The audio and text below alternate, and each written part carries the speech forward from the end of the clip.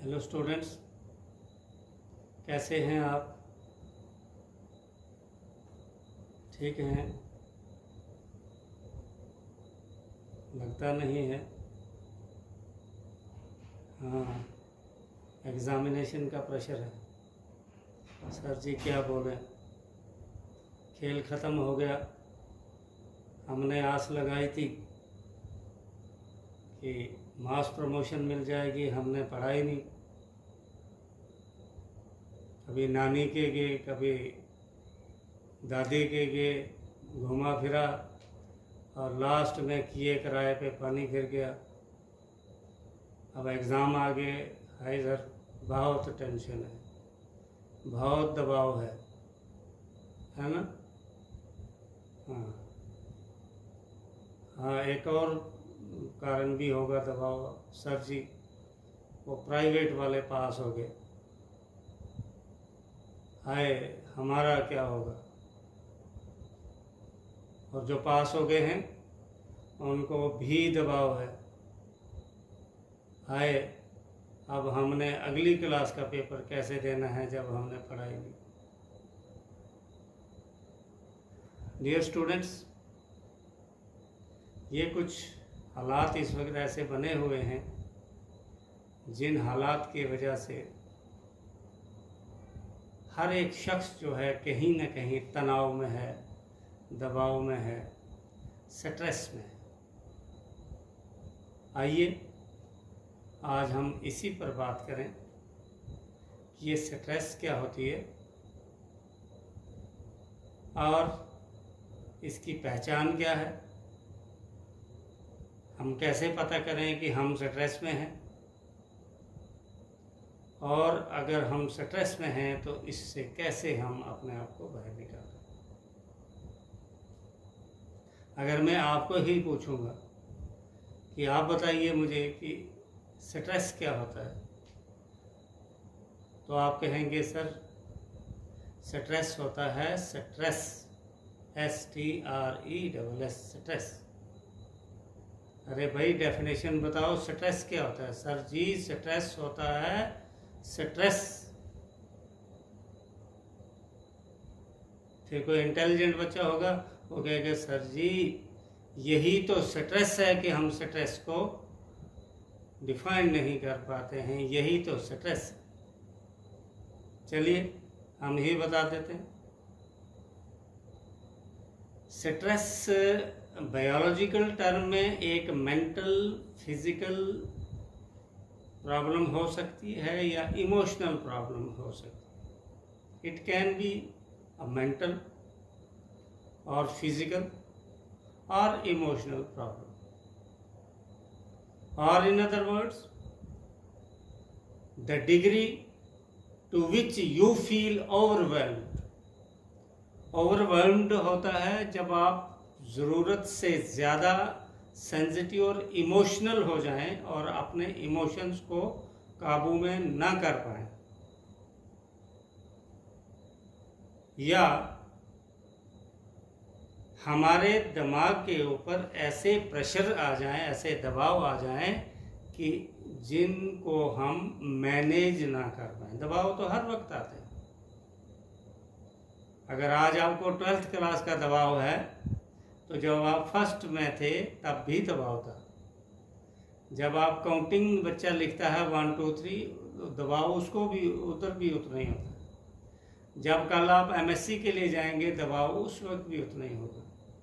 जब हम इस वक्त लेसन दे रहे हैं एज ए टीचर, तो अगर हमारे ऑफिसर सामने बैठे होंगे या हमारा भी कभी टेस्ट होगा, होता भी है प्रमोशन के लिए कई बार, तो उस वक्त हमें भी दबाव आ जाता।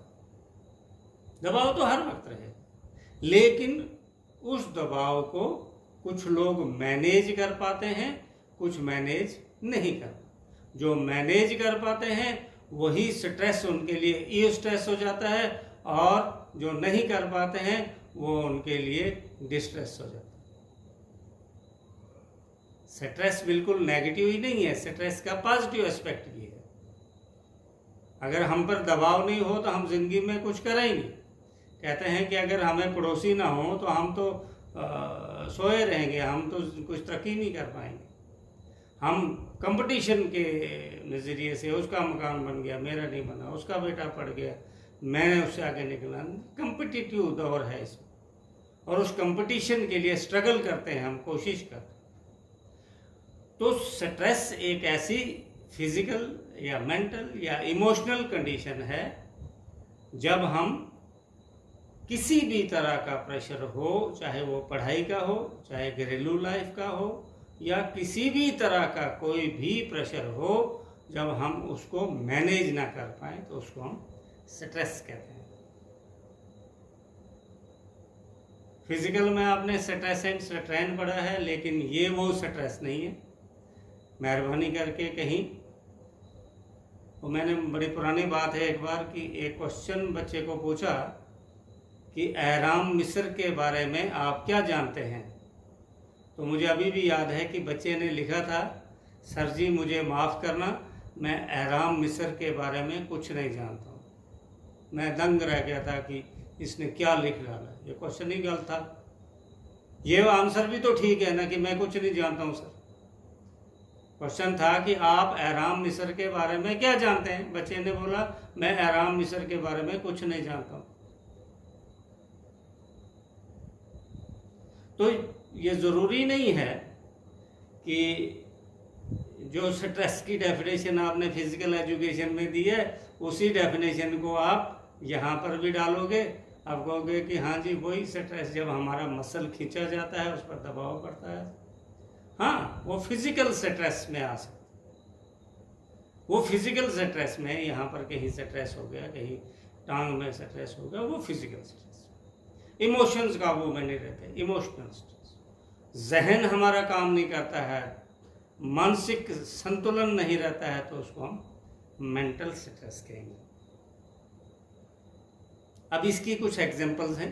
हम डे टू डे लाइफ में बुजुर्गों को या किसी को बात करते हुए आप ज़रूर सुनेंगे कि मुझे डिप्रेशन होता है जी, डिप्रेशन हो गया है, मुझे एंग्जाइटी है जी, मुझे गुस्सा आता है जी, बहुत ज़्यादा एंगर, मैं इरिटेट हो जाता हूँ, मैं इरिटेट हो जाती हूँ, मैं रेस्टलेस रहता हूँ, मैं बैठ नहीं पाता हूँ, बस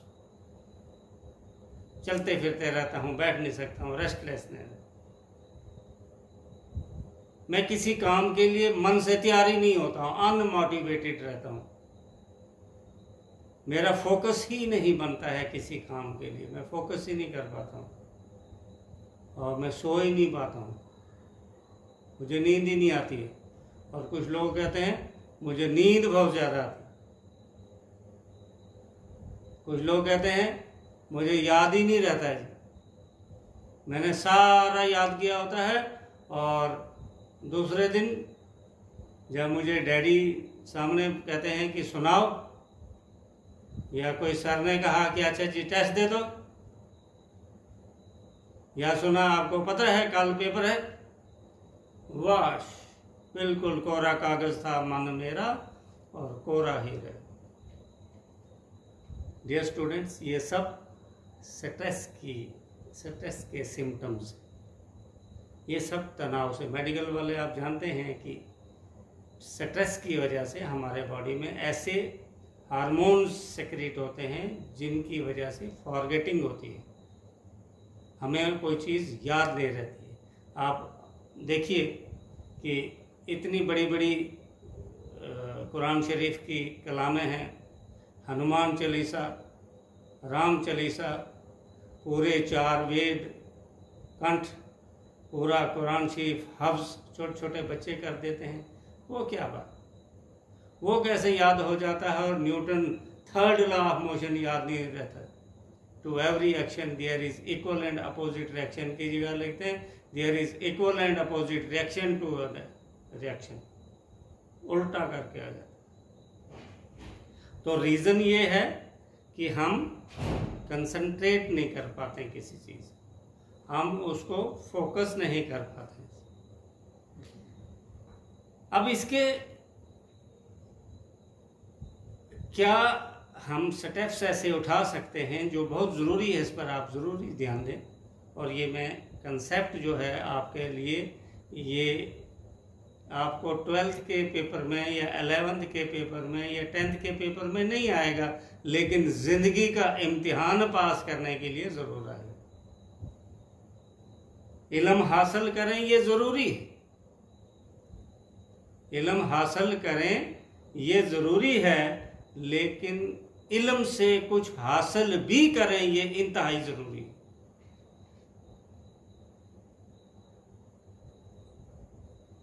बाकी जैसे तू राज़ी वैसे राज़ी कर दे, मेरा कोई अमल तो इम्तियाज़ी कर दे।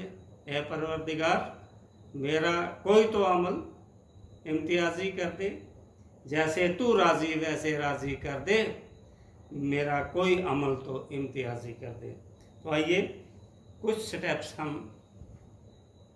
आपके सामने रखते हैं कि हम किस तरह से इस स्ट्रेस का मुकाबला कर सकते हैं। और सबसे बड़ी बात मैं आपको कहूँगा, हौसला, कॉन्फिडेंस लेवल आपका ऊंचा होना चाहिए कि आजमाइश भी परवरदिगार ईश्वर परमात्मा उसी की लेता है जिसको वो उस काबिल समझता है। जैसे टीचर है किसी को मॉनिटर बनाता है या कमांडर बनाता है, तो वो समझता है कि ये बच्चा इस काबिल है, तभी उसको वो रिस्पॉन्सिबिलिटी दी जाती है। उस रिस्पॉन्सिबिलिटी के आगे लेटना नहीं होता, कोशिश करनी है, कोशिश करने वालों की कभी हार नहीं। तो कॉन्फिडेंस लेवल आपका सबसे पहले ऊंचा होना चाहिए। और उसी बॉक्सर की बात याद रखो, अमेरिका का जो बॉक्सर था, जो अक्सर कहता था I am the greatest, I am the best, अहम ब्रह्म। तो इसके लिए पहला है बी पॉजिटिव, हमेशा पॉजिटिव सोचना, नेगेटिव कभी नहीं सोचना। जैसे लोग कहते हैं time is a killer, no this is negative, time is a pillar, time can never be a killer, time is always a pillar. इस बात को मानिए कि कुछ इवेंट्स ऐसे होते हैं जो हमारे और आपके हाथ में नहीं है, वो परवरदिगार परमात्मा ईश्वर और अल्लाह ताला के हाथ में ही है। कुछ नेचर के हाथ में है, उनमें हम कुछ नहीं कर सकते, इसलिए उसकी रज़ा में सबकी रज़ा।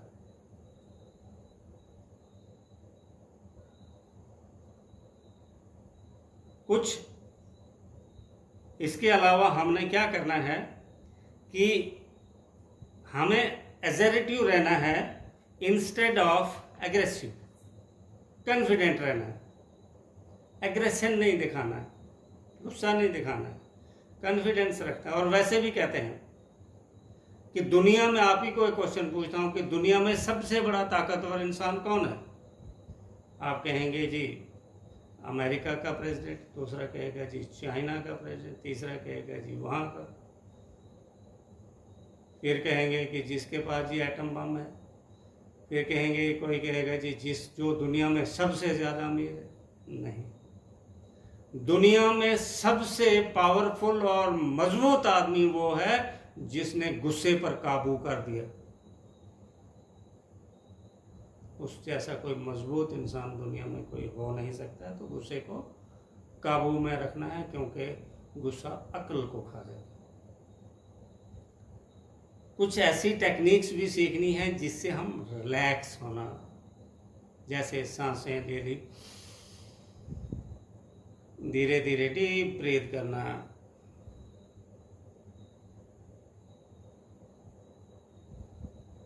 मेडिटेशन, ध्यान लगाना।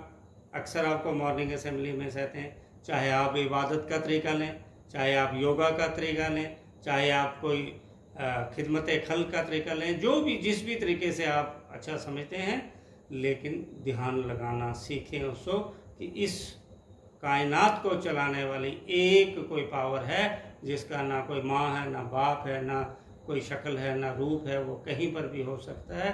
उसको माने और उसके आगे अपने सर को दो।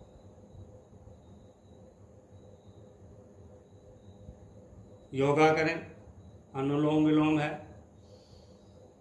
कपालभाति है, ओम का उच्चारण करें,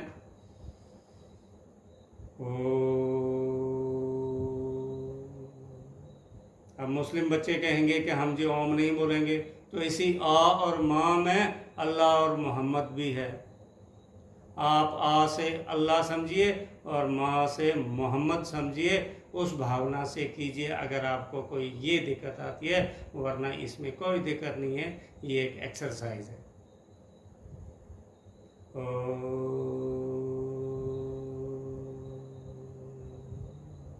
दो आइज के बीच का जो है एरिया, इसको यहाँ रिलैक्स करें। कुछ हॉबीज़ याद रखें अपनी। बचपन से आप वो क्या क्या चीज़ें थी जिनसे आप खुश रहते थे। किसी को गाना था, किसी को बजाना था, किसी को पोइट्री थी, किसी को नाचना था, किसी को कुछ था, कुछ ना कुछ हो तो होगा। और उन चीज़ों को आप जो है उस पर स्ट्रेस करें और कुछ लिमिट्स रखें। अननेसेसरी अपनी वांट जो है वो हिमालय पहाड़ से ऊंची जो है, ठीक है, ड्रीम करना चाहिए, लेकिन अपनी एक लेवल जो है उसमें रहना है। और सबसे बड़ी बात है, अपने वक्त को मैनेज कीजिए। अगर बेकार वक्त छोड़ेंगे तो आप अननेसेसरी चीज़ों में उलझ जाओगे और भूल कर भी कभी किसी तरह का नशा, किसी तरह की शराब, किसी तरह की कोई ऐसी वैसी चीज़ जो है उनके साथ कांटेक्ट नहीं करना है। अगर इन और रेगुलर एक्सरसाइज आपने ज़रूर करनी है। योगा करो, एक्सरसाइज करो, जो भी करो, लेकिन रेगुलर करना है। तो नंबर 2, फिर भी अगर किसी की इससे भी ज़्यादा प्रॉब्लम रहती है तो आप किसी साइकोलॉजिस्ट से कांटेक्ट कर सकते हैं। आप किसी प्रोफेशनल स्ट्रेस मैनेजमेंट जो आजकल एक्सपर्ट हैं, काउंसलर हैं, उनसे कांटेक्ट कर सकते हैं। अपने टीचर से डिस्कशन कर सकते हैं, अपनी मदर से डिस्कशन कर सकते हैं, अपने पेरेंट्स से डिस्कशन कर सकते हैं, अपने भाई बहन जो पढ़े लिखे हैं उनसे डिस्कस कर सकते हैं। अपने आप को अकेला ना समझें, आप समझें कि ये सारे लोग मेरे साथ हैं। आज लगता है बस तमाशा था, वो तल्लुक जो बेतहाशा था, हम इसी बुत के हाथों टूट गए जो तखय्युल में खुद तराशा था।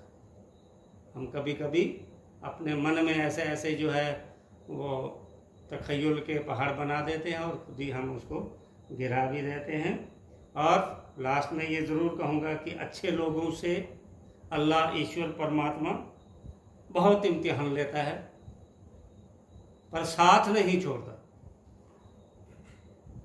बुरे लोगों को बहुत कुछ देता है लेकिन साथ नहीं देता। तो आपके साथ ईश्वर, परमात्मा, अल्लाह ताला है। मजबूत रहिए, खुश रहिए, आबाद रहिए। आपके चेहरे जो है खिलते हुए रहने चाहिए, बिल्कुल गुलाब की तरह खिले हुए। और ये छोटे मोटे इम्तिहान कुछ नहीं आपको करेंगे। गिरते हैं शहसवार मैदान जंग में, वो तिफल क्या गिरें जो घुटनों के बल चलें। तो मुझे उम्मीद है कि आप मेरी इन बातों पर चलने का प्रयास करेंगे, क्योंकि अमल से ही आप मजबूत बनेंगे। खाली मैंने कहा और आपने सुन